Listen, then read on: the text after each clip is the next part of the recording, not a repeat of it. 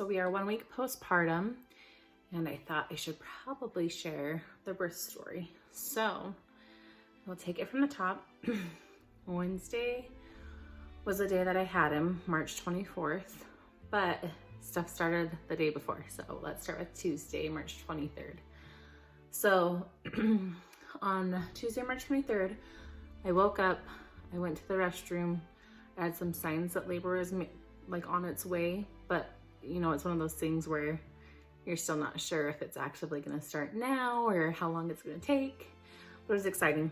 I was like, yay, like this is a sign labor's coming.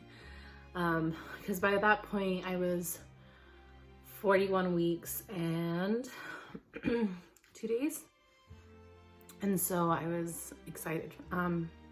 Normally my midwives have to strip my membranes to get labor going, strip, sweep. Anyway, so I was excited because this is the first time I didn't have to have that done. And so I had an appointment with my midwife that day. I met with her later in the afternoon, about 2:45. And I had her do a check just to see how far dilated I was. Normally I don't really have them check me, but I was curious since I had those things happening. So she checked me. I was about a 3 or 4, which in my mind, I'm like, oh, cool. Like that's almost halfway, you know, even though we all know dilation, really, you can't judge it like that, but it was still exciting. And, I still knew though that like I could, you know, it might be days till I had him. So I wasn't, 100% like, oh my gosh, we're having him today. Like I was like, oh, cool. Like maybe we'll have him soon. Like, so anyway, I went home and my husband didn't get home till 7 o'clock at night. I kept on having different little signs here and there of labor, but like nothing completely, like not like the complete onset, you know. Small contractions, nothing heavy, nothing like where it's back to back, you know, or really painful. It was very, very light. And at 7 o'clock, my husband got home and I started to kind of feel like some shifting happening. Like I think it, like my mind and body were like, okay, he's home, he's here now. Because he's about an hour away when he's at work. And I knew that, you know, once I go into labor, I go really fast. And I wanted to make sure that he'd make it. So I think I was able to kind of relax since he was home. And we did dinner. And then I felt stuff like shifting. And I'm just like, you know, let's just set up our water birth tub just in case. Let's inflate it, you know. So we came in my room, we cleaned up my room, we vacuumed, and then my son and I started setting it up, and then my husband came in and finished setting it up for us.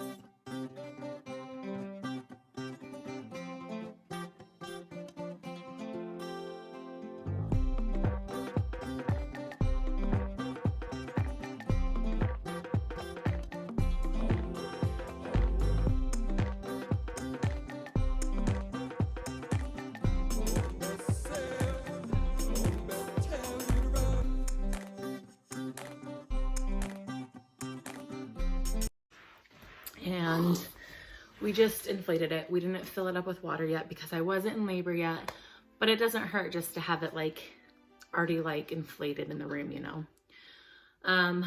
So we went to bed late that night. When I laid down, I was having mild contractions, but nothing too heavy still. I was able to fall asleep just fine. And then I woke up probably around 1 a.m. and I could tell the contractions were getting a little bit more, but they weren't where I thought I was in labor yet. You going poo-poo on my video? Huh? So I went back to bed. I was able to sleep still.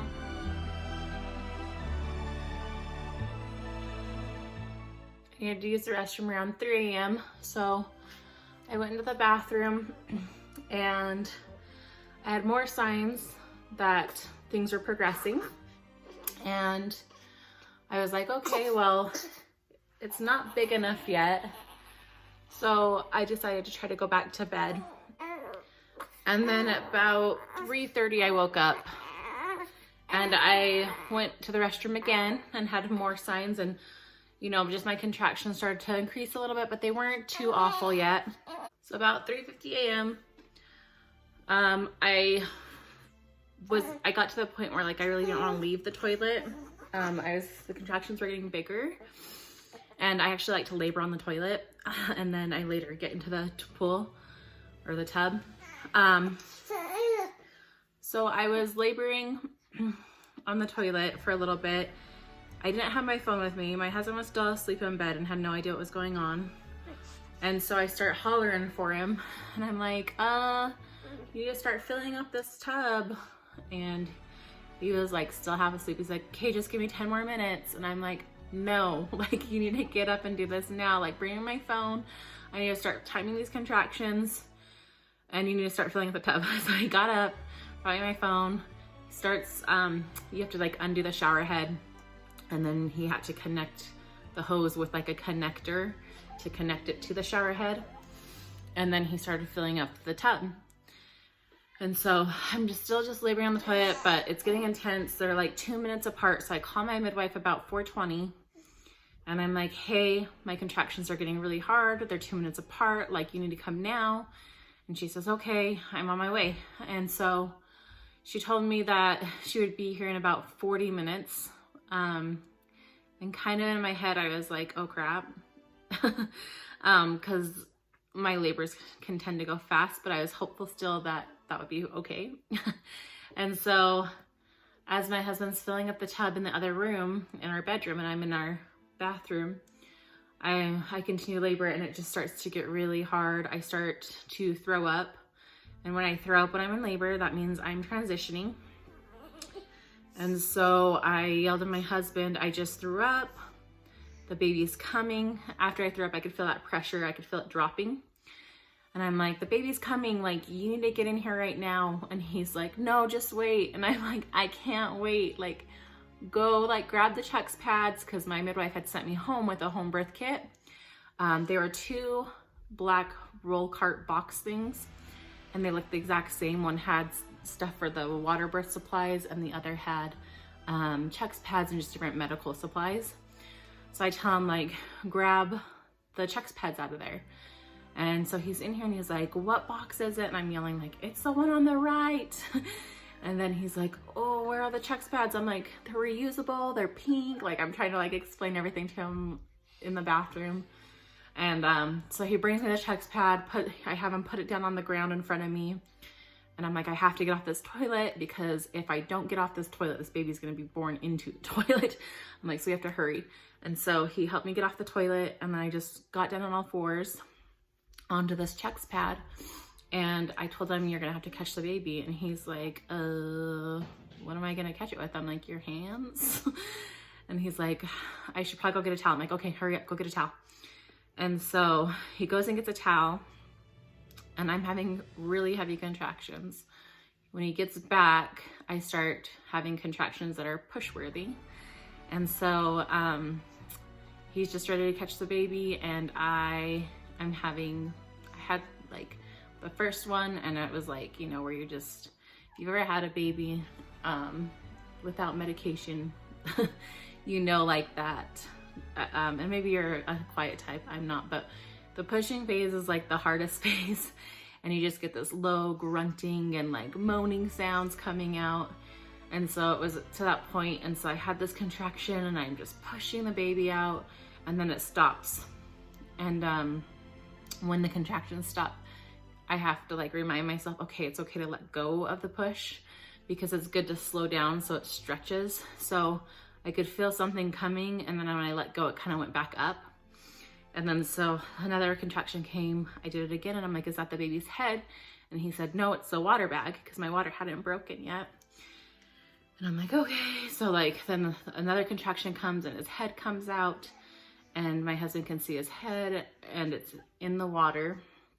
And then I start to push again the 4th time, and I don't know, I'll have to ask my husband. I felt like the body came like halfway out. The ring of fire sensation was really painful because of the fact that like the contraction stopped, so I stopped pushing, but then I realized like I had to continue to push, because like it wasn't like pushing the head out. And so like it wasn't just gonna suck back in, you know, it was already like halfway out. So I had to push anyway without the contraction there just to get it out because it was burning so bad. And as I'm pushing, my husband's like, I think the cord's wrapped around the neck. Do I break the water? And I'm like, no, don't break the water bag. So I push the baby all the way out. He gets the midwife on the phone, and she guides him through, and she's like, go ahead and break the water bag now. Like, and he broke it, and luckily there wasn't a cord wrapped around it, just was pressed to look like it by the water. And you know, in the case that there was, we have had some babies born like that, and they just unwrap it really quick. So yeah, and so it was pretty wild. That was our first time having my husband have to do that and not having the midwife there. She was about 10 minutes out when we called her saying the baby was born. And so it was pretty exciting. Like I said, normally we have the midwife and my husband's just putting rags on my head and giving my water bottle. So it was definitely a new experience for him and I. We've had 6 home births, so this was just kind of, you know, that fun story that we'll never forget. Pretty cool experience. Everything went well. Midwife showed up, and her other midwife also showed up, and they were both at my last birth as well. And they just helped clean everything up, did the baby checks where they checked the heart, the lungs. This is one of the things that I love about home birth is the kids were able to watch and be involved. And she actually let each of the kids listen to the heartbeat, the lungs. And so it's just an awesome experience to be able to allow your kids to be a part of it if they want to be a part of it. And the midwife is just so nice and so patient and, you know, just totally awesome about teaching them and offering for them to be a part of it all. They also weighed him, and it was pretty cool. He was our biggest baby at 9 pounds, and I had no tears, no stitches needed, so it was awesome. And then they checked me, helped me shower, made sure I was just taken care of and got me back to bed. And so it was just a great experience. And I had him at 4:50 in the morning.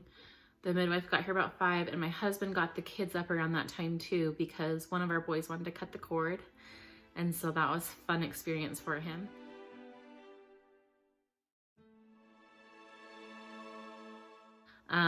And we got all the kids up except for our oldest. He wanted to sleep in. He said, I'll see the baby in the morning.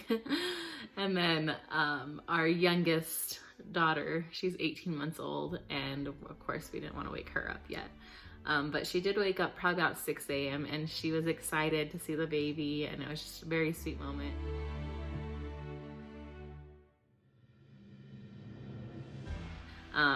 And all the kids were just super sweet and just couldn't wait to hold him, and they just enjoyed holding him. And for the next few days, they fought over who got to hold him.